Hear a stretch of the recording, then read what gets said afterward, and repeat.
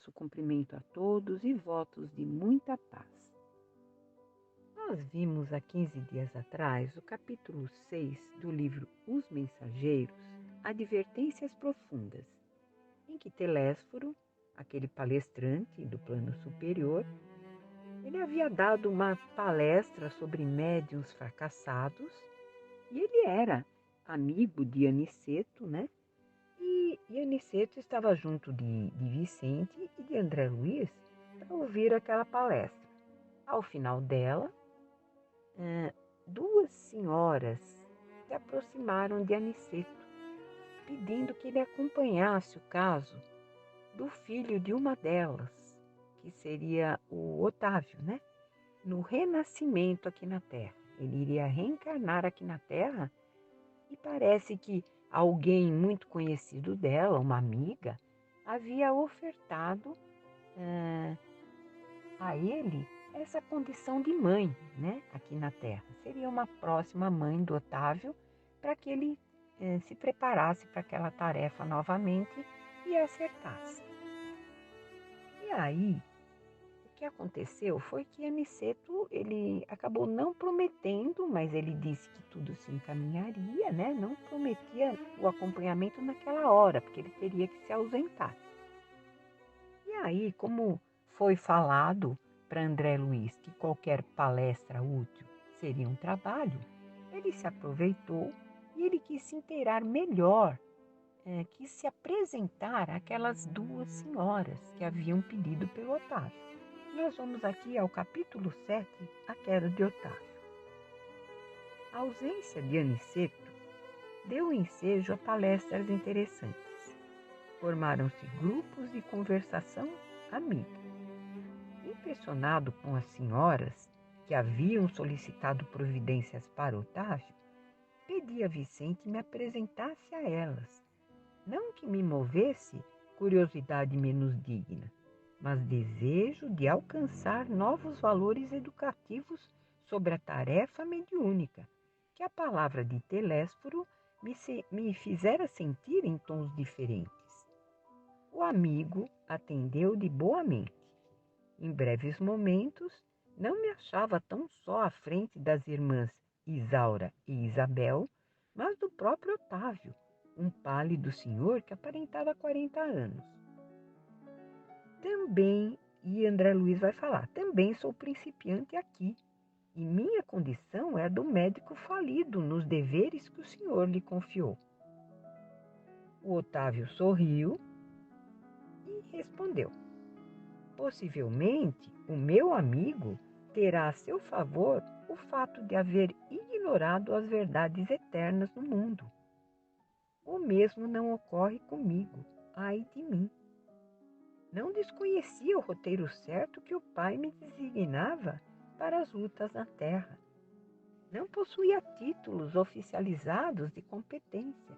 Entretanto, dispunha de considerável cultura evangélica, coisa que para a vida eterna é de maior importância que a cultura intelectual simplesmente considerada. Então ele está dizendo aqui que ele foi preparado para essa cultura evangélica que ele possuía, ele não poderia falir. Então ele foi preparado para isso. Continuando. Tive amigos generosos do plano superior que se faziam visíveis aos meus olhos. Recebi mensagens repletas de amor e sabedoria. E, no entanto, caí mesmo assim, obedecendo à imprevidência e à vaidade. Então, aqui, o Otávio está dizendo que mesmo com todo esse preparo, ele acabou falindo. Mesmo com essa visão que ele tinha, mesmo com mensagens que ele recebia de amigos que lá ficaram, mesmo assim ele faliu, o que não aconteceu com André Luiz. E no caso, André Luiz, ele veio com uma outra finalidade, a da medicina. É lógico que ele teria que praticar a moral através da medicina, né? O que ele também acabou falindo. E vamos continuar. As observações de Otávio impressionavam-me vivamente. quando no mundo eu não tivera contato especial com as escolas espíritas e experimentava certa dificuldade para compreender tudo quanto ele desejava dizer. Então ele está dizendo aqui que ele, quando estava na Terra, o André Luiz, ele, na verdade, ele não foi preparado. Então ele estava, não teve contato com as escolas espíritas aqui na Terra. E ele dizia, ignorava a extensão das responsabilidades mediúnicas. As tarefas espirituais tornou o interlocutor algo acabrunhado. Então, aí no caso, o Otávio, né? As tarefas espirituais ocupam-se de interesses eternos, e daí a enormidade de minha falta. Os mordomos de bens da alma estão investidos de responsabilidades pesadíssimas. E o que ele quer dizer com mordomos de bens da alma? Ele quis dizer que ele teria uma tarefa específica aqui na Terra, né? E é lógico, isso gerou para ele uma responsabilidade enorme, muito pesada. Os estudiosos, os crentes, os simpatizantes no campo da fé podem alegar ignorância e inibição. Todavia, os sacerdotes não têm desculpa, que seria o caso dele. Os sacerdotes, alguém preparado para uma função maior. É o mesmo que se verifica na tarefa mediúnica. Os aprendizes ou beneficiários nos templos da revelação nova podem referir-se a determinados impedimentos, mas o missionário, aquele que foi preparado, é obrigado a caminhar com um patrimônio de certezas tais que coisa alguma o exonera das culpas adquiridas. Então, essa preparação, ela teve um peso muito maior para ele. Ele foi preparado para isso. E aí André Luiz vai falar, mas meu amigo, que teria motivado o seu martírio moral? Noto você tão consciente de si mesmo, tão superiormente informado sobre as leis da vida, que me custa acreditar se encontre necessitado de novas experiências nesse capítulo. Ambas as senhoras presentes mostraram estranho brilho no olhar, enquanto Otávio respondia: relatarei minha queda. Verá como perdi maravilhosa oportunidade de elevação. E após mais longa pausa, continuou gravemente. Então, Otávio vai dizer aqui, vai narrar a sua história. Depois de contrair dívidas enormes na esfera carnal noutro tempo, vim bater às portas de nosso lar, sendo atendido por irmãos dedicados que se revelaram incansáveis para comigo. Preparei-me, então, durante 30 anos consecutivos. Então, ele teve um preparo de 30 anos para voltar à Terra em tarefa mediúnica, desejoso de saldar minhas contas e elevar-me alguma coisa. Não faltaram lições verdadeiramente sublimes, nem estímulos santos ao meu coração imperfeito.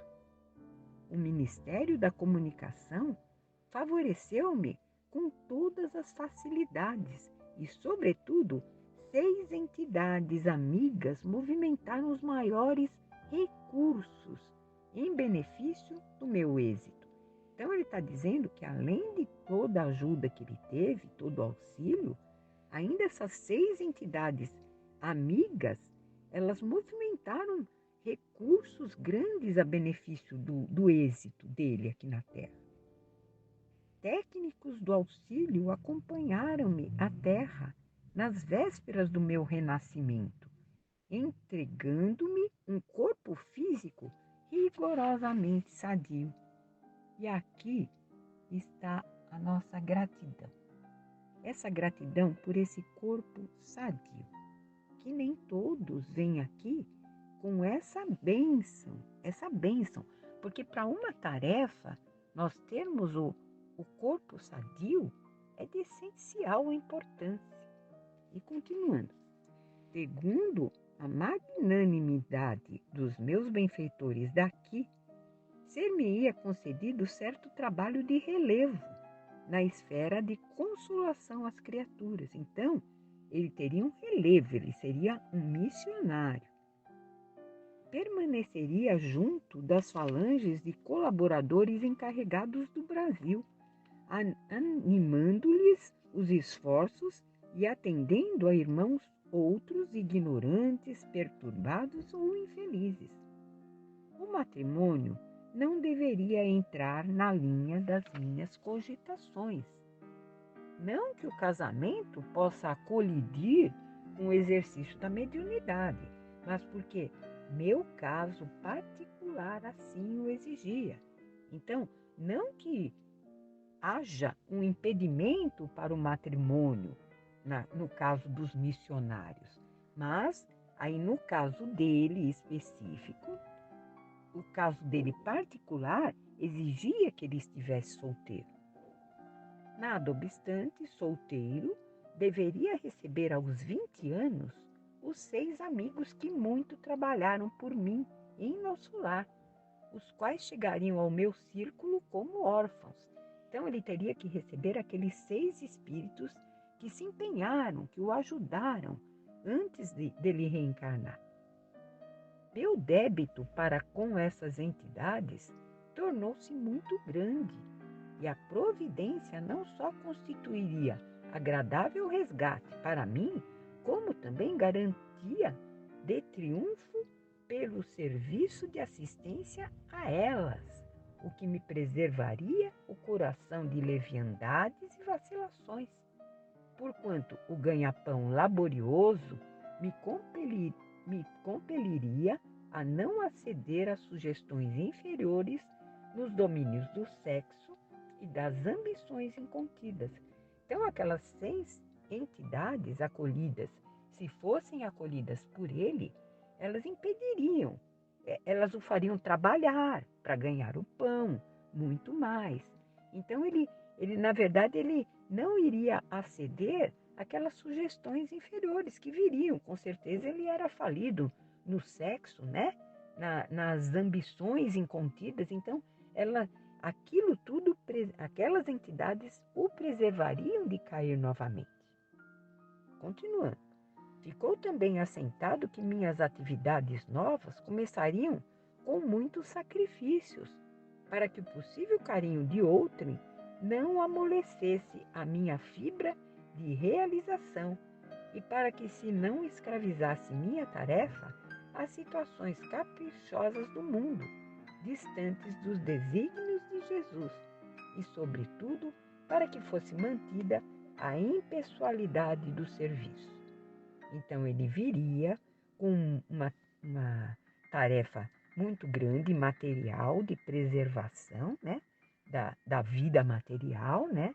Ele viria em condições difíceis no começo, no início da tarefa, justamente para ser preservado de quedas. E continuando. Mais tarde, então, com o correr dos anos de edificação, me enviariam de nosso lar socorros materiais, cada vez maiores, à medida que fosse testemunhando renúncia de mim mesmo, desprendimento das posses efêmeras, desinteresse pela remuneração dos sentidos, de maneira a intensificar progressivamente a semeadura de amor confiada às minhas mãos. Então, tudo aquilo seria necessário para que ele não saísse falido. Continuando. Tudo combinado, voltei, não só prometendo fidelidade aos meus instrutores, como também hipotecando a certeza do meu devotamento às 6 entidades amigas, a quem muito devo até agora. Otávio, nesse momento, fez uma pausa mais longa, suspirou fundamente e prosseguiu. Mas ai de mim, que olvidei todos os compromissos. Então ele esqueceu tudo aquilo. Os benfeitores de nosso lar localizaram-me ao lado de verdadeira serva de Jesus. Minha mãe era espiritista cristã desde moça, não obstante as tendências materialistas do meu pai, que era, todavia, um homem de bem. Então, ele foi posicionado junto a uma serva de Jesus. Desde ela possuía muita fé. Então, ele foi encaminhado a ela. O pai, ele, apesar de ser um pouco materialista, ele também era um homem de bem. E ele continua. Aos 13 anos, fiquei órfão de mãe. E aos 15, começaram para mim os primeiros chamados da esfera superior. Então, seria a mediunidade. Por essa ocasião, meu pai contraiu segundas núpcias. E apesar da bondade e cooperação que a madrasta me oferecia, eu me colocava num plano de falsa superioridade a respeito dela. Então ele se casou pela segunda vez, o pai do Otávio, mas ela era uma pessoa de bem. E apesar de toda a bondade que ela tinha, ele se fingia de superior a ela, né? E não respeitava a segunda esposa. Em vão, a minha genitora endereçou do invisível apelos sagrados ao meu coração. Eu vivia revoltado entre queixas e lamentações descabidas. Meus parentes conduziram-me a um grupo espírita de excelente orientação evangélica, onde minhas faculdades poderiam ser postas a serviço dos necessitados e sofredores. Entretanto, faltavam-me qualidades de trabalhador e companheiro fiel. Minha negação em matéria de confiança nos orientadores espirituais e acentuado pendor para a crítica dos atos alheios compeliam-me a desagradável estacionamento. Então ele era desconfiado, ele era crítico, e aquilo colaborou para um estacionamento dele, apesar de todos os recursos que ele estava tendo. Os beneméritos amigos do invisível estimulavam-me ao serviço, mas eu duvidava deles com a minha vaidade doentia. E como prosseguissem os apelos sagrados, por mim interpretados como alucinações, procurei um médico que me aconselhou experiências sexuais. Completar então 19 anos, entreguei-me desenfreadamente aos abusos de faculdades sublimes. Desejava conciliar à força o prazer delituoso e o dever espiritual, aliando-me cada vez mais dos ensinos evangélicos que os amigos da esfera superior nos ministravam. Então ele queria unir os dois. Ele queria unir as tarefas mediúnicas ao abuso daquelas qualidades, daquelas faculdades sublimes. Tinha pouco mais de 20 anos quando meu pai foi arrebatado pela morte. Com a triste ocorrência, ficavam na orfandade 6 crianças desfavorecidas, porquanto minha madrasta, ao se consorciar com meu genitor, lhe trouxera para a tutela 3 pequeninos.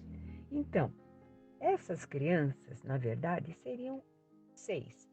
Seriam 3 que aquela madrasta de André Luiz trouxe para a madrasta de André Luiz, a madrasta de Otávio trouxe, né, para aquele ninho doméstico, mas os 3 que nasceram a partir do pai de Otávio com a madrasta. Então, seriam 6 entidades. Em vão implorou-me socorro a pobre viúva. Nunca me dignei aceitar os encarnados redentores que me estavam destinados. Após 2 anos, de segunda viuvez, minha desventurada madrasta foi recolhida a um leprosário. Então ela ficou doente, ela teve que se afastar, teve que se isolar. Afastei-me então dos pequenos órfãos, tomado de horror. Abandonei-os definitivamente, sem refletir que lançava meus credores generosos de nosso lar a destino incerto. Em seguida, dando largas à ociosidade, cometi uma ação menos digna e fui obrigado a casar-me pela violência. Mais um erro aqui do Otávio. Mesmo assim, porém, persistiam os chamados do invisível, revelando-me a inesgotável misericórdia do Altíssimo. Contudo, à medida que esquecia meus deveres, toda tentativa de realização espiritual figurava-se-me mais difícil. E continuou a tragédia que inventei para meu próprio tormento. A esposa a que me ligara, tão somente por apetites inconfessáveis, era criatura muito inferior à minha condição espiritual e atraiu uma entidade monstruosa em ligação com ela para tomar o papel de meu filho. Então, na verdade, ele estava casado com alguém que estava muito abaixo, espiritualmente falando, né, moralmente falando, e ela também atraiu uma entidade monstruosa, quer dizer, um filho também em situação difícil. E continuando, releguei à rua 6 carinhosas crianças, cuja convivência concorreria decisivamente para minha segurança moral. Mas a companheira e o filho, ao que me pareceu, incumbiram-se da vingança. Atormentaram-me ambos até o fim da existência, quando para aqui regressei, mal tendo completado 40 anos, roído pela sífilis, pelo álcool e pelos desgostos, sem nada haver feito para o meu futuro eterno, sem construir coisa alguma no terreno do bem. Enxugou os olhos úmidos e concluiu: como vê, realizei todos os meus condenáveis desejos, menos os desejos de Deus. Foi por isso que fali, agravando antigos débitos. Então, ele já estava lá para ressarcir esses antigos débitos que foram agora agravados mais ainda. Nesse instante, calou-se como se alguma coisa invisível lhe constringisse a garganta. Abracei-o com simpatia fraternal, ansioso de proporcionar-lhe estímulo ao coração. Mas Dona Isaura aproximou-se mais, acariciou-lhe a fronte e falou: não chores, filho. Jesus não nos falta com a bênção do tempo. Tem calma e coragem. Identificando-lhe o carinho, meditei na bondade divina que faz ecoar o cântico sublime do amor de mãe, mesmo nas regiões de além-morte. Bom, nós terminamos agora o capítulo 7, A Queda de Otávio, em que vimos que após 30 anos de preparação, ele reencarnou aqui na Terra saudável e com mediunidade voltada para consolar todas as criaturas. Ele deveria manter-se solteiro e amparar 6 amigos que o ajudaram muito em nosso lar, naqueles 30 anos que antecederam a sua reencarnação. E ele já reencarnado aos 19 anos, ele iniciou abusos das faculdades, abusos desvairados das suas faculdades. Ele ficou órfão de pai, desamparou aqueles 6 amigos, aquelas 6 crianças órfãs que foram direcionadas a ele. Ele se casou por violência e teve um filho, esposa, que passaram a atormentá-lo. Alcoólatra, morreu ele com sífilis e aos 40 anos ele morreu, mas sem construir coisa alguma no eterno bem. Então, ficam aí essas palavras finais, né? E por hoje nós terminamos essa apresentação e fiquem com Deus até daqui a 15 dias.